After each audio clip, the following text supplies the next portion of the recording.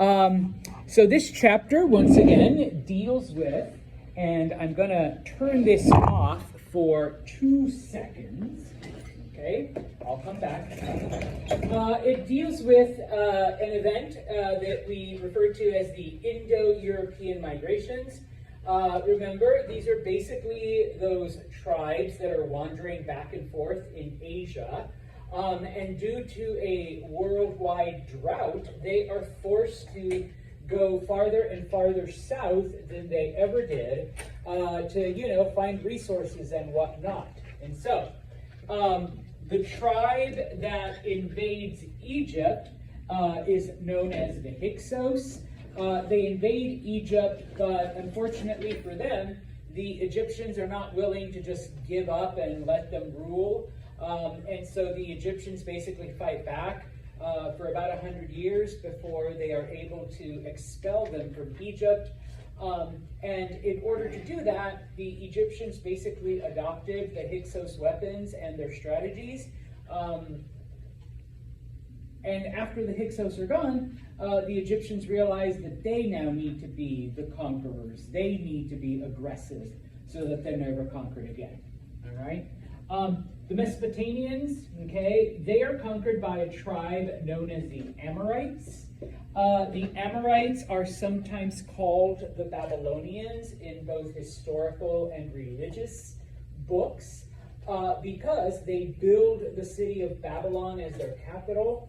Unlike Egypt, the Amorites are accepted by the Mesopotamians. They end up mixing culture, science, language, literature, all these things, and that's basically how we end up preserving a lot of the old Mesopotamian and Sumerian stuff.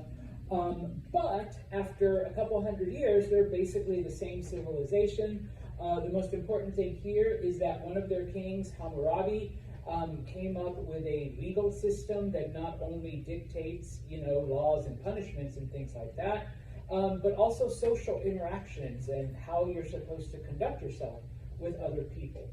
All right? The two most important things that we get out of this, all right, and I will ask you on the test, when it comes to the Indo-European migrations, number one, we see a change overall in language, with the exception of Egypt, okay?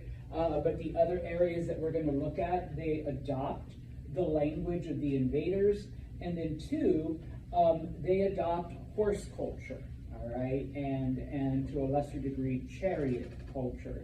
And the Egyptians do that. That's how they end up feeding the Hyksos, all right? And so, we are now going to look at tribe number 3, and that is the Hittites, okay? Promise I'll come back real quick, all right? So, remember, Central Asian tribes, they're heading south, okay? Hyksos came here, Amorites came here, Hittites come right here, all right? They enter the land of Anatolia. You do need to know Anatolia is modern-day Turkey, okay?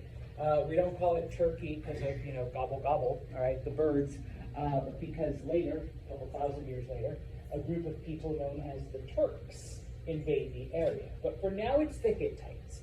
Okay? Now, Anatolia is predominantly flat highland. What do we mean by that? Yeah, you do have to climb some mountains, you do have to go up some hills, but once you get to the top, everything is flat.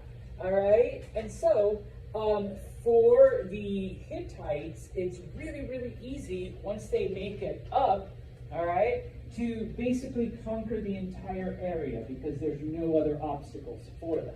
Now, this area is predominantly, number one, pastoral, okay? The land isn't quite as fertile as it would be in Mesopotamia or in Egypt. There's no major river, okay? It's not to say that there isn't any farmland. There is, but it's nowhere near what we see in these other areas. And so while the people of Anatolia do grow a little bit of food, all right, because, you can pretty much grow things almost everywhere, most of their living comes from animals, from herding animals. And so, sheep and goats for their fur so that they can get wool and make clothes. Each of those animals, can also be milked so they have something to drink. You can turn that milk into cheeses and creams and other products that you can also eat and get nutrients from. And then, of course, the meat. Okay, so that supplemented with the few vegetables and maybe some fruits that they can grow is basically the lifestyle. Okay, now, of course, because Anatolia is pretty mountainous, all right, it does have a lot of other resources, a lot of metals, a lot of precious jewels. In fact, this is the area where the Mesopotamians first went to trade their food and get copper and tin. And that's how they were able to make bronze. All right, they did it here. In addition, there are a lot of forests in the eastern part of Anatolia, and so that is where the Mesopotamians went to trade their abundant food for wood and wood products. And so if it wasn't a pastoral area, if it wasn't herding communities, you had a lot of trading outposts. Okay? Anyways, this is actually a very easy conquest for the Hittites. Now, at first, they do treat it like they have done before in other areas where they just kind of swoop in and take what they wanted. But they realize, okay, yeah, like we're still in drought and it's still kind of hard, so instead of just taking and leaving, we're going to say, hey, we're going to be back in 6 months, so you better have more of this shit for us. All right? We're going to demand tribute from you. Okay? Until, of course, they realize that, hey, having to go back and forth, that's wasting resources. And you know what? They already have, like, places to live. Here's some good huts. And they already have animals, so we can just bring our own animals type of thing and just kind of add to stuff. And so eventually the Hittites take control. They actually conquer the area. They don't just terrorize them and take things from them anymore. All right? They kind of bring the area together. They do build the city of Hattusa, which becomes their capital city. And so for a long time, they are basically in control, and they're continuing to expand their power in the region. Now, when we talk about the Egyptians, I asked you to remember one particular battle, and that is the Battle of Megiddo. Okay? Because the Egyptians, remember, they took the Hyksos strategies and weapons, including the chariots, all right, and adopted it and used it to push them out and to conquer other areas. All right, the Hittites already have it. All right, just like the Hyksos did. Well, as the Egyptians are trying to expand and conquer areas, as the Hittites expand and conquer areas, they meet. Okay, and so the Battle of Megiddo is the first time that the Egyptians with their chariots meet the Hittites with their chariots, and it's the first time that there's two armies with chariots facing each other. Because up until then, the tribes, they just terrorized, the non-chariot soldiers, all right, just run them over and stuff, and the Egyptians did the same thing. So remember, Battle of Megiddo, first ever chariot-on-chariot battle, okay? Spoiler alert, it's a tie, no side wins, all right, so they kind of both retreat. Well, what ends up happening is the Egyptians are like, you know what, okay, we have chariots, they have chariots, we couldn't beat them because chariot-on-chariot is too hard. But what if we doubled or tripled the amount of chariots? Okay, so that's like the Egyptian strategy. Meanwhile, you have the Hittites over here, and they're like, okay, we couldn't beat them because they have chariots, so it's chariot on chariot. But what if we doubled and tripled the amount of chariots so that their chariots can't resist our chariots?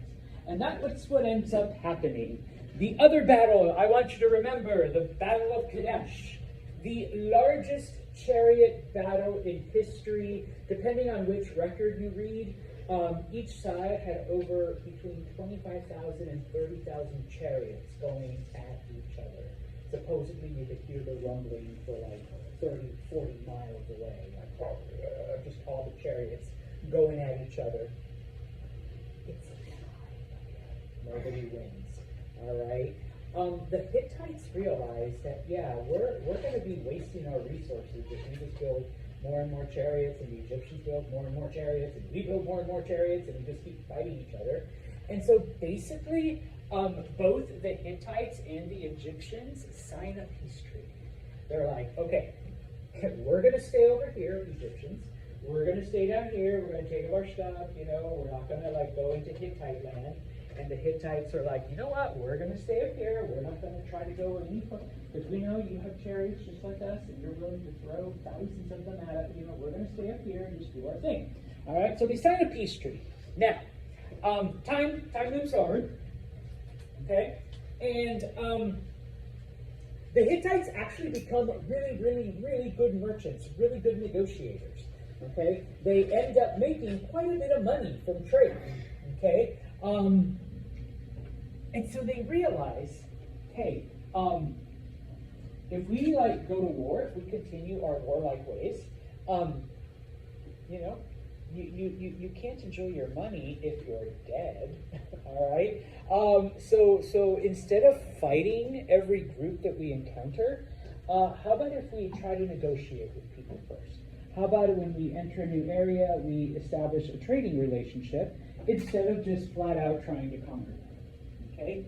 And so, for the most part, okay, after this point, the Hittites become known for their diplomacy, for, working out some kind of treaty, specifically trade agreements with the areas around them. Now, that's not to say that they dismantled their armies, because people were still afraid of the Hittites. All right, they knew that if, we try to cheat the Hittites or we try to double cross them, they still have a pretty big army. They still have this whole chariot fleet. They still have all of this. And so it was basically mutually beneficial to everyone. And so the Hittites, like I said, become famous for their diplomatic skills during this time. Okay? Questions on the Hittites, because we're going to leave them behind. All right, then. We move to India. All right. Now, remember that the first society in India was along the Indus River. It was the Harappans, based around the city of Harappa, and that at some point this society basically collapsed. All right, and it just disappeared. Now, that's not to say that all the people disappeared, because there were other groups of people that lived in various parts of India, but they're all in really small villages and stuff like that.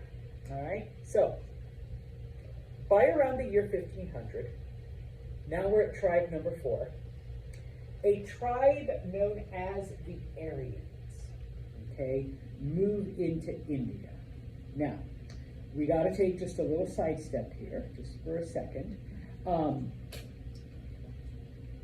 During Nazi times in Germany, Hitler took the term Aryan to mean tall, blonde, blue-eyed people, okay, the perfect race, as he described it, okay? But he took the word from ancient India. Aryans was just one of the tribes that came down from Asia to invade India.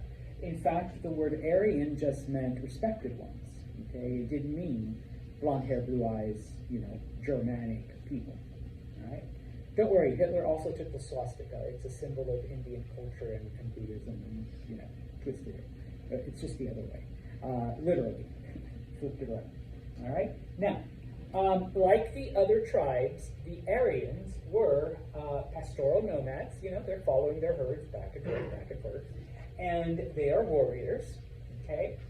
Just like, all right, and I'm sorry, I kind of covered it with the screen, just like the other tribes, not so much the Hyksos, but, the Amorites and the Hittites,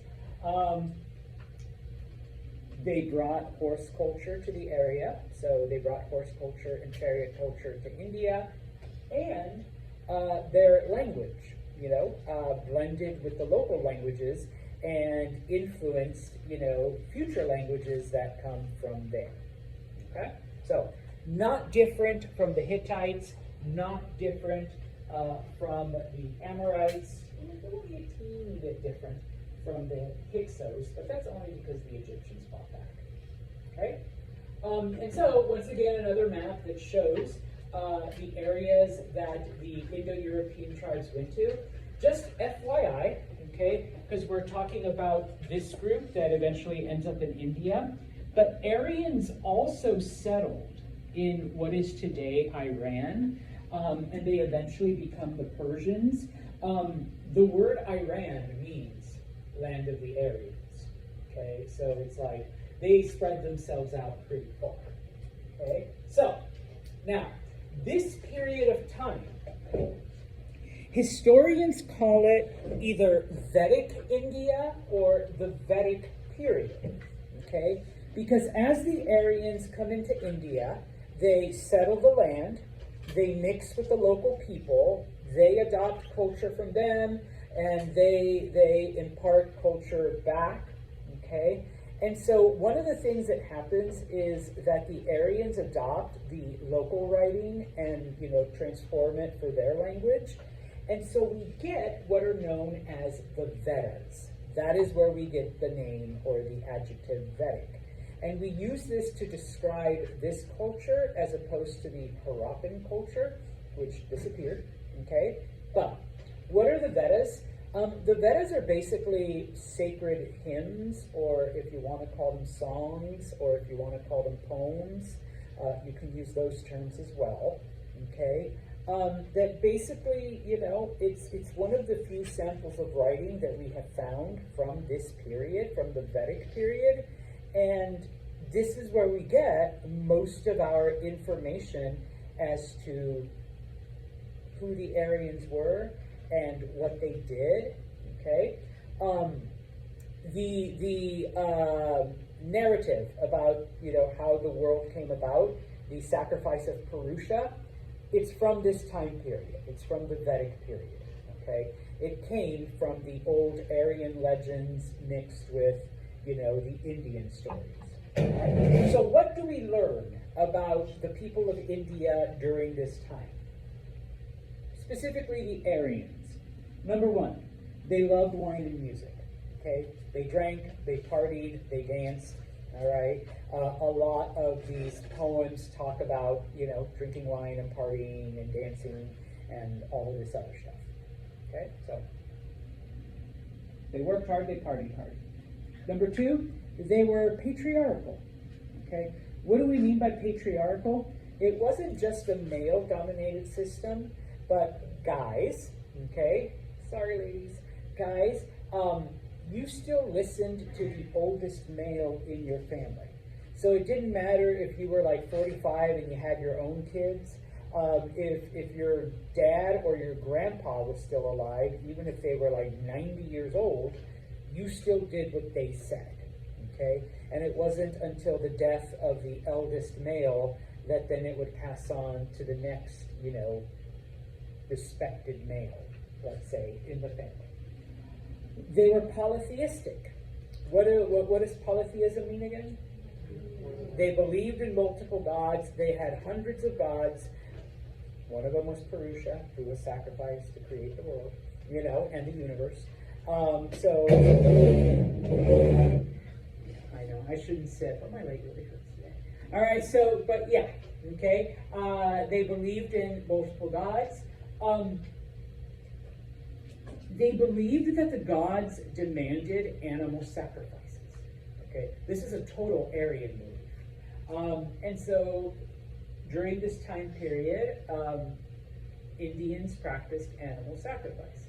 And now people are like, yeah, but no, they're vegetarian and they don't kill cows and they're sacred. Okay, yeah, that's thousands of years later. Okay, we're going back to the very beginning, where they still believed in animal. Don't worry, we'll actually talk about the things that happened that changed Indian culture over time.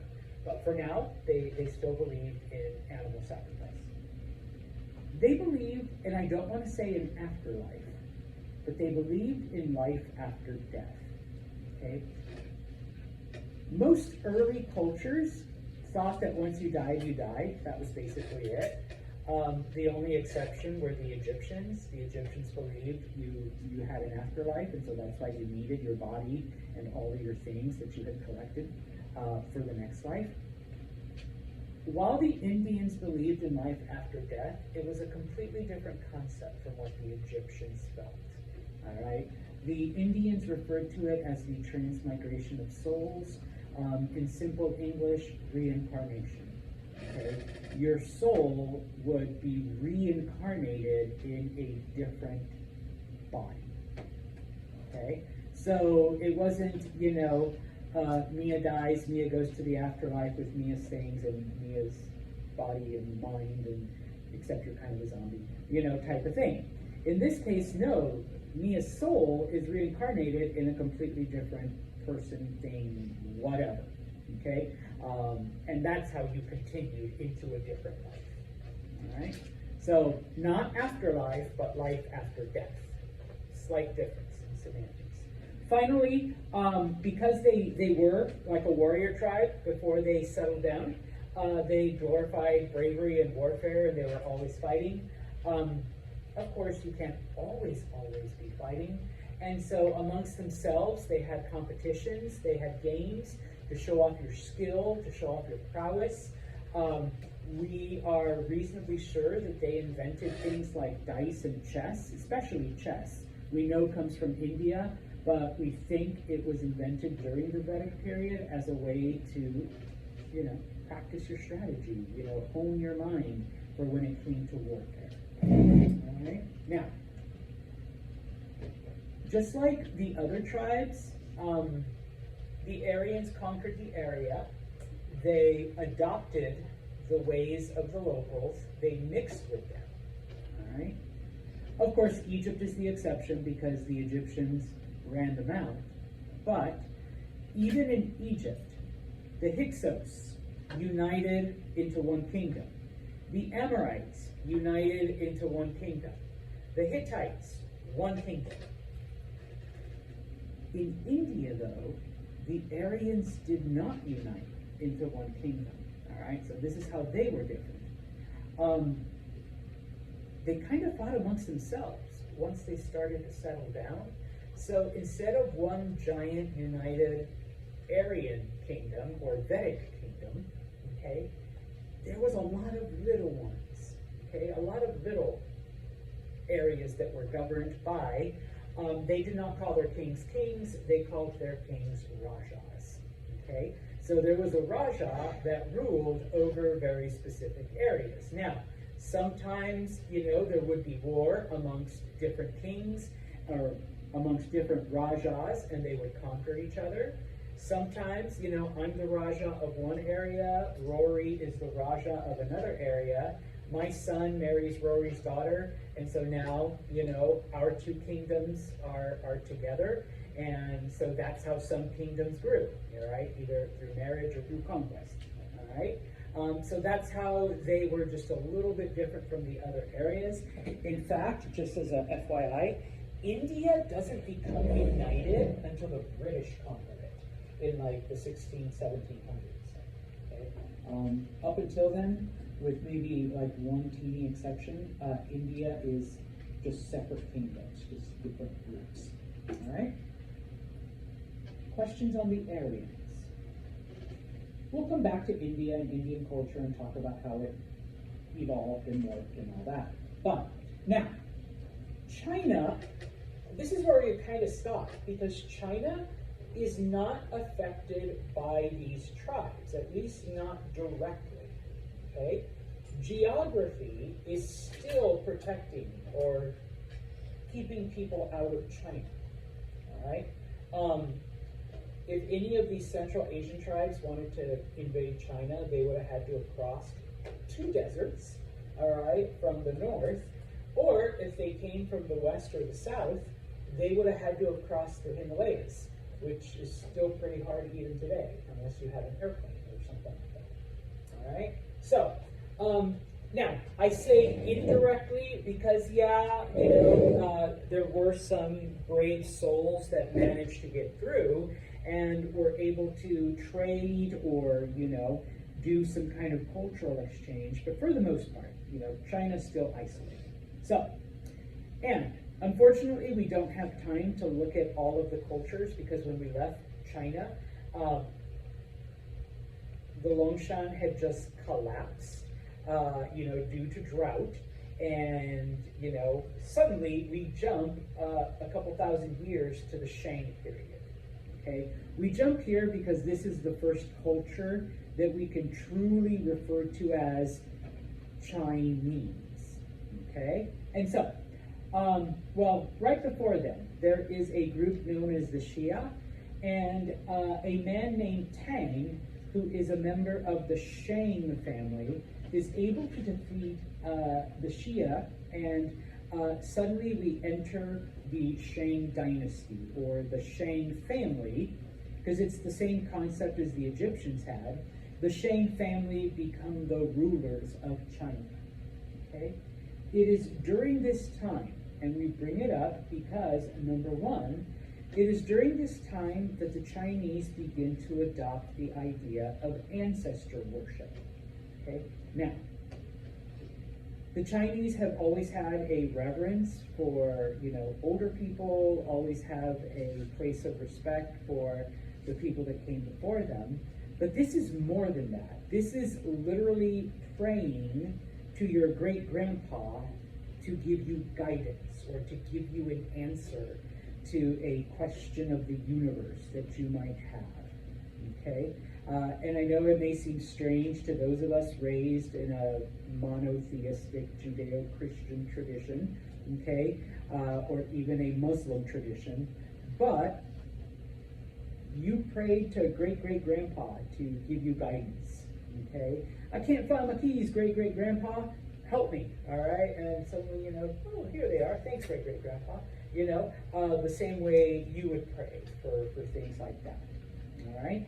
Number one. Number two, it is during the Shang dynasty that somehow the secret of bronze was discovered. Okay? Only 5,000 years after the Mesopotamians, but the secret of bronze finally makes it to China. Okay? Now, of course, geography, tribes, all of that stuff, it's not as if the Chinese can just travel and try to find, trade bronze with other groups. But they are lucky, and they do find both copper and tin in northern China. Okay? So the Chinese, once they discover the formula, are able to find the resources within China, and they're able to make, and they go crazy. They make all kinds of bronze stuff. Tools, weapons, etc., you name it. Okay? But they also make bronze statues. Okay? And this was, I want to say, like almost 10 years ago, where they were doing this dig in China, and they literally found like 5,000 bronze statues of soldiers. And they were like, it's from the Shang dynasty. We don't know why they made 5,000 statues of just soldiers standing there with their spears. We can only guess, all right? Maybe it was a decoration. Maybe it was to scare people off. Maybe it was to make a opposing army think that you have more soldiers than you actually did. You just put the statues out there and then mix it up with some people. We're not 100% sure. But we find all of these statues, all right, that is from this period because, once again, the Chinese discover the secret of bronze and they discover bronze deposits. Okay? Now, when it comes to agriculture, all right, the king owned the land. Very similar to what we saw in Egypt, where the pharaoh owned the land, all right? People worked it, all right? And then, of course, they kept enough food for themselves, and the surplus then went to the king, to the government, all right? That was the payment you made for having this land to live on and to work on. Now, I already mentioned Harappan, India. If you recall, the Harappans were the first to grow cotton. What do we use cotton for? Clothes. I was going to say, denim is a type of cotton. So yes, clothes in general, not just shirts, Rory, but clothes. The first crop to be grown that wasn't meant to be eaten. The Chinese do something similar, except with silkworms. Okay? What are silkworms good for? Silk. And what do we make out of silk? Yeah, a bunch of things, but predominantly clothing. Okay? And so now we have the Chinese doing something similar, except, they're raising animals exclusively for, in this case they're worms, but exclusively for clothing. Now some of you might say, yeah, but didn't they have like sheep and goats and you can take the wool and yes, but you can also take milk and you can also take their meat and you can make cheese and butter and cream. You can't do that with silkworms, all right? Silkworms they just spin silk and you use the silk to make clothing or whatever. I have never been a fan of silk clothing, I don't know. So would the silk be cheaper in the cotton, right? In this case, no, it's actually more expensive, but the silk is lighter and much airier, so, you're more comfortable. Because, you get cotton wet and it just soaks up moisture, whereas, actually silk is one of the first wicking materials. Like, if you can't afford expensive base layers in the winter, just use silk. It'll wick moisture away. Keep you from, hypothermia, all right? But yeah, so it actually works better at keeping you dry, basically. All right. Not that you wanted to know that, but anyways, but yeah, here they have then an animal that they're strictly using to make clothing. All right, because trust me, nobody eats it. I've never tried it, but they're fuzzy. I don't know. Anyways, okay. Now, recall that the Mesopotamians were the first to realize that, it takes the moon 28 days to go around the earth. And, you can basically keep track of time by measuring the different phases of the moon. 28 days, we refer to that as a lunar month. Okay? And, the Mesopotamians did figure out smaller increments of time, but it kind of made them a little bit, whatever. The fact that, the time that the moon goes around the earth isn't the same as the time that it takes the earth to go around the sun. Now, of course, they weren't aware that that's what was happening, all right? But they just knew that if they kept a strict lunar month, it would throw everything off. Somehow the Chinese figured out that there was a different time reckoning thing happening. They couldn't quite explain it. Oh, it's because the earth goes around the sun, and how long does it take the earth to go around the sun? Don't just say a year. How long is a year? 365 ish, and a quarter, okay? Now, that quarter throws us off. So that, what do we do every 4 years to make it even? Yeah, February 28th, boom. On leap year, we have a February 29th, and it only happens every 4 years. Okay? I actually know 2 people that were born on February 29th. One of them claims to be 11. She's close to my age. Well, I'm 11 years old, and technically she's right. She's only had 11 birthdays, type of thing. But usually she celebrates either on the 28th or the 1st, depending on which one's near the weekend. But anyways, the Chinese figured that out. But they came up with a calendar that was 360 days. Okay? Without all of our modern stuff, they came pretty close. I couldn't have done that. Now, they did understand, though, that if they kept the 360 days, because the 28-day month doesn't fit right with the Earth going around the sun, okay, we add an extra day every 4 years. They would add an extra month every couple of years, so that it all evened out. All right? That's why, like today, if any of you celebrate any holidays that are moon-based, people call it the Chinese New Year, but it's better to call it the Lunar New Year because it has to do with how many times the moon does its thing. That's why it's always at different times of the year, because the moon doesn't quite line up with how the sun does. If you're Muslim, Ramadan, it's also based on the moon. That's why it's at different times of the year, because it doesn't always line up with where the year is. Okay? Well, They did it. They figured it out somehow. I know I sometimes be like, oh, February 28th, oh, shit, 29th tomorrow. That's right, we have an extra day. I can only imagine being like, Happy New Year. Oh, wait, this is one of those years. We have another month, all right? A whole extra month in our year that we have to put up with. Okay, so, but it worked. And the Chinese were able to predict both solar and lunar eclipses and like all this thing because of all the things that they figured out. And of course they did it before some of the other cultures. All right. Now, as far as society went, we already mentioned, the respect for elders and the respect for ancestors and things like that. The other thing, and it even spreads into current culture in a lot of Asian groups, but predominantly Chinese. Ladies, when you got married, you married into your husband's line. It didn't matter if you had mom and dad or other family. That was it. They were nothing to you anymore. Your husband's family was everything. And you took care of them. Don't roll your eyes, Leah. You are now part of them, and they are everything to you. Fast forward to the 1900s, and there's overpopulation in China, and the Chinese say you can only have one baby, okay? Husbands and wives, one baby, that's it. Everybody wanted a boy baby. Everyone. Okay? Why? Because the son remains with the family. Okay? If he marries a woman, that woman now is part of the family, and it becomes her responsibility to take care of the old people, when they need to be taken care of. What happens to the woman's family? Too bad. Should have had a boy. All right.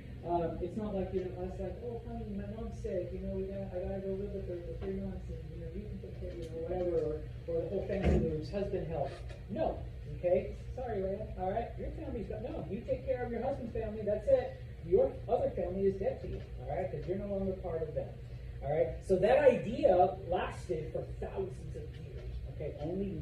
It's still kind of that way. It's slowly starting to change because thousands of years of tradition is hard to break. All right, but yes, and so that's why during the 1900s, Chinese would give up girls for adoption, or they let them have 2 kids. Hope for a boy, type of thing. All right. Anyways, okay. Now, China during this time is what we call a theocracy. Does anyone know the meaning of theocracy? That's okay. It's a government where the laws are based on religion and religious traditions. Like theology or? Yeah, theology is the study of religion. Okay, so yes, it's bad to kill people.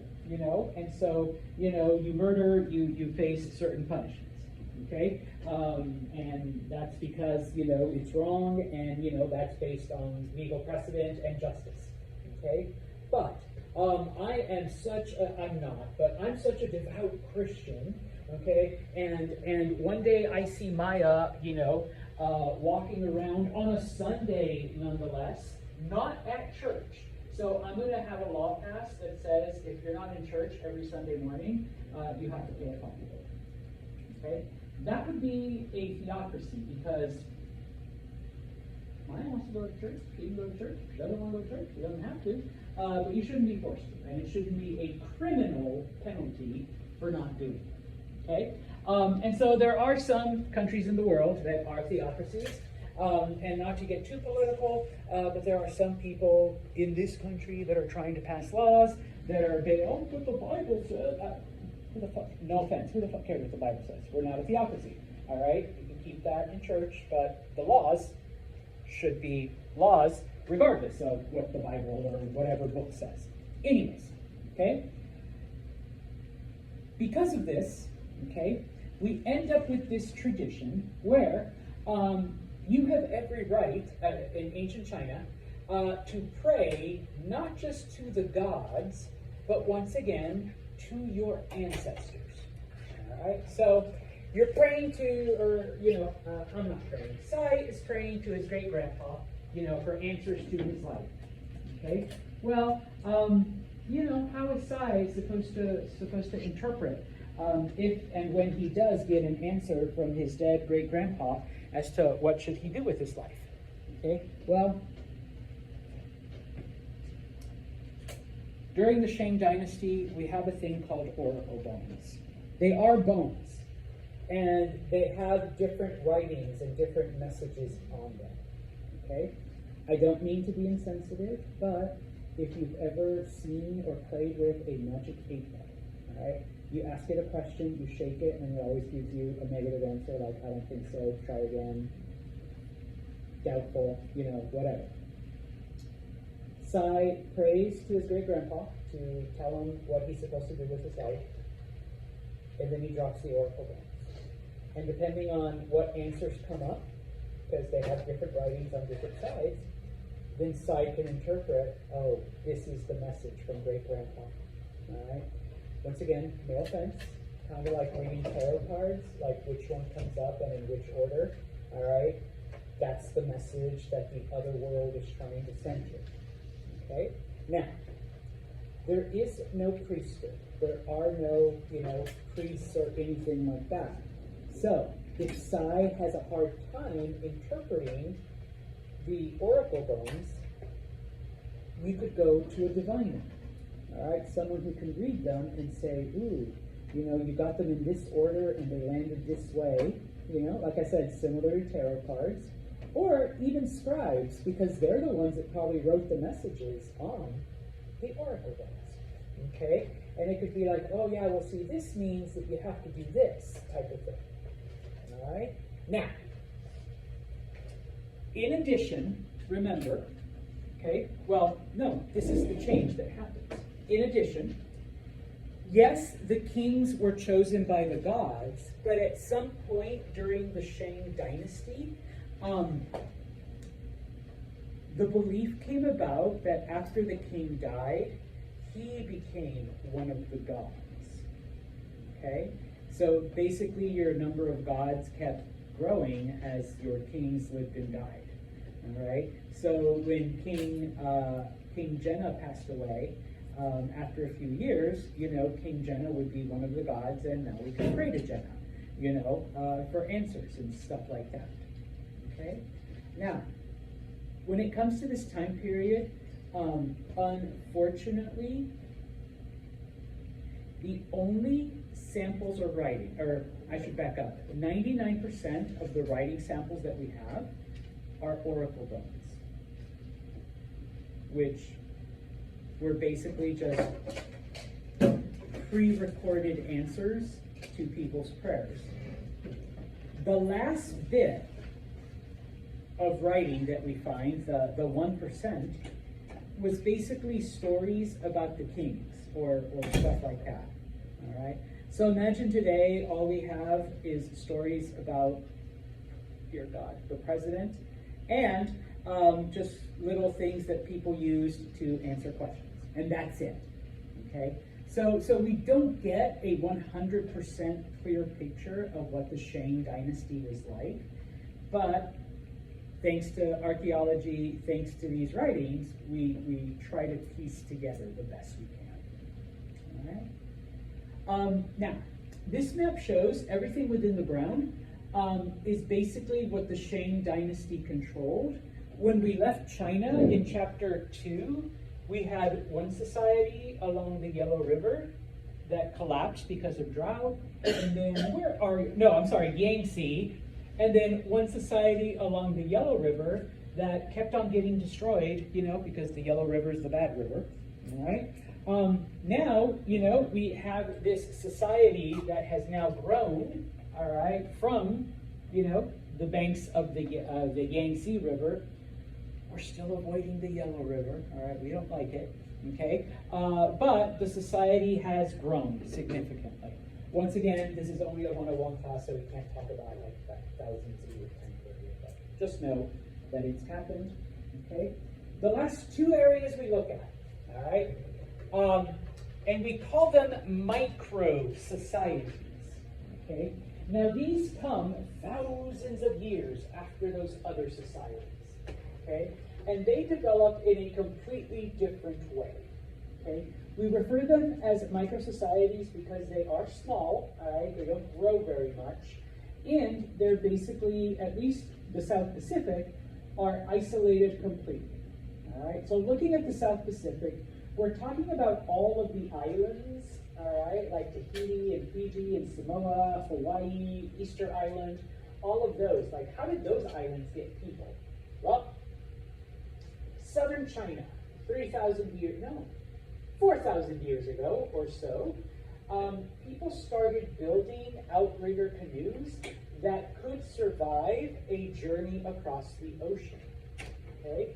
Now, once again, we can't 100% peg a specific date, but we know that it happened over several hundred years. In this case, about 800 years. Different groups of people left southern China and began to populate the different islands in the Pacific.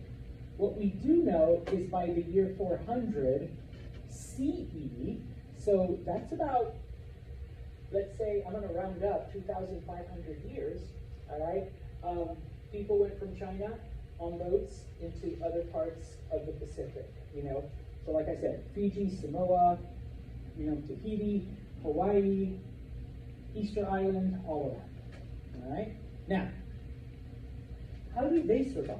Because there's no major rivers.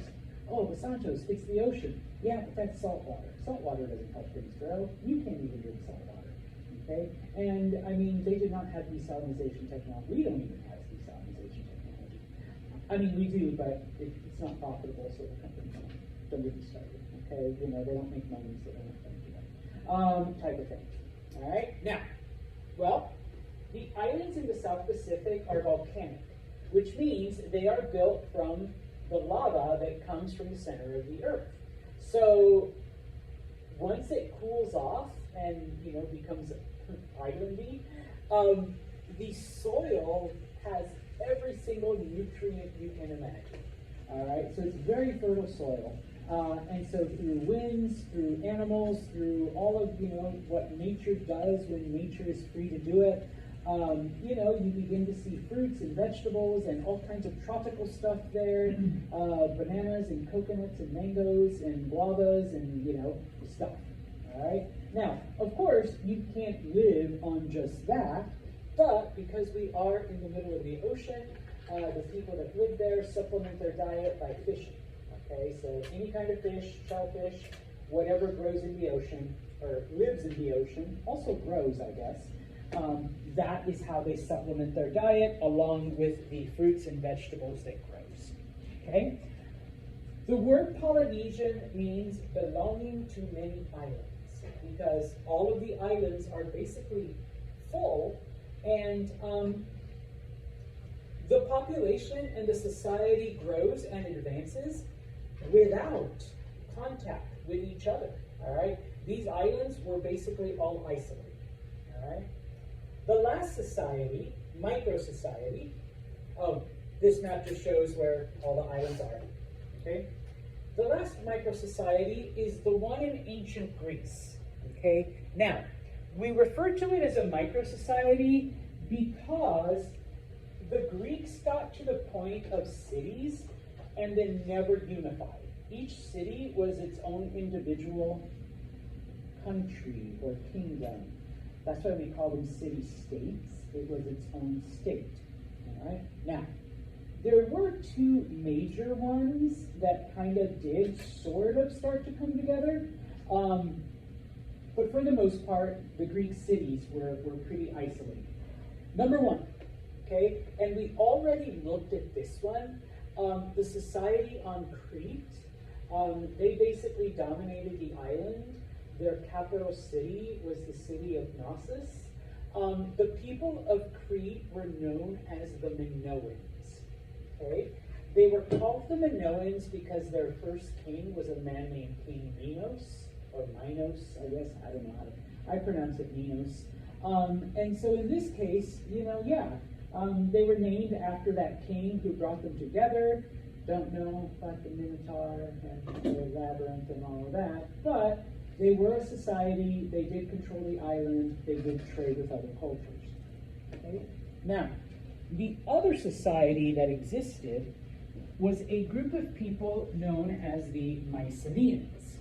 Okay, they lived in the main part of Greece, and they were from the city of Mycenae. Okay, now, as I said already, okay, the Greek cities basically were isolated from each other, and they never really unified until much later in history. But they grew as independent cities. All right, Mycenae was one of those exceptions, though. Okay, because the Mycenaeans were very warlike. All right, and so they actually went out and conquered a few of their neighboring cities. Most people, though, have heard of the Mycenaeans because, if you recall, Anatolia, one of the cities, one of the settlements was in fact the city of Troy, from the Trojan War.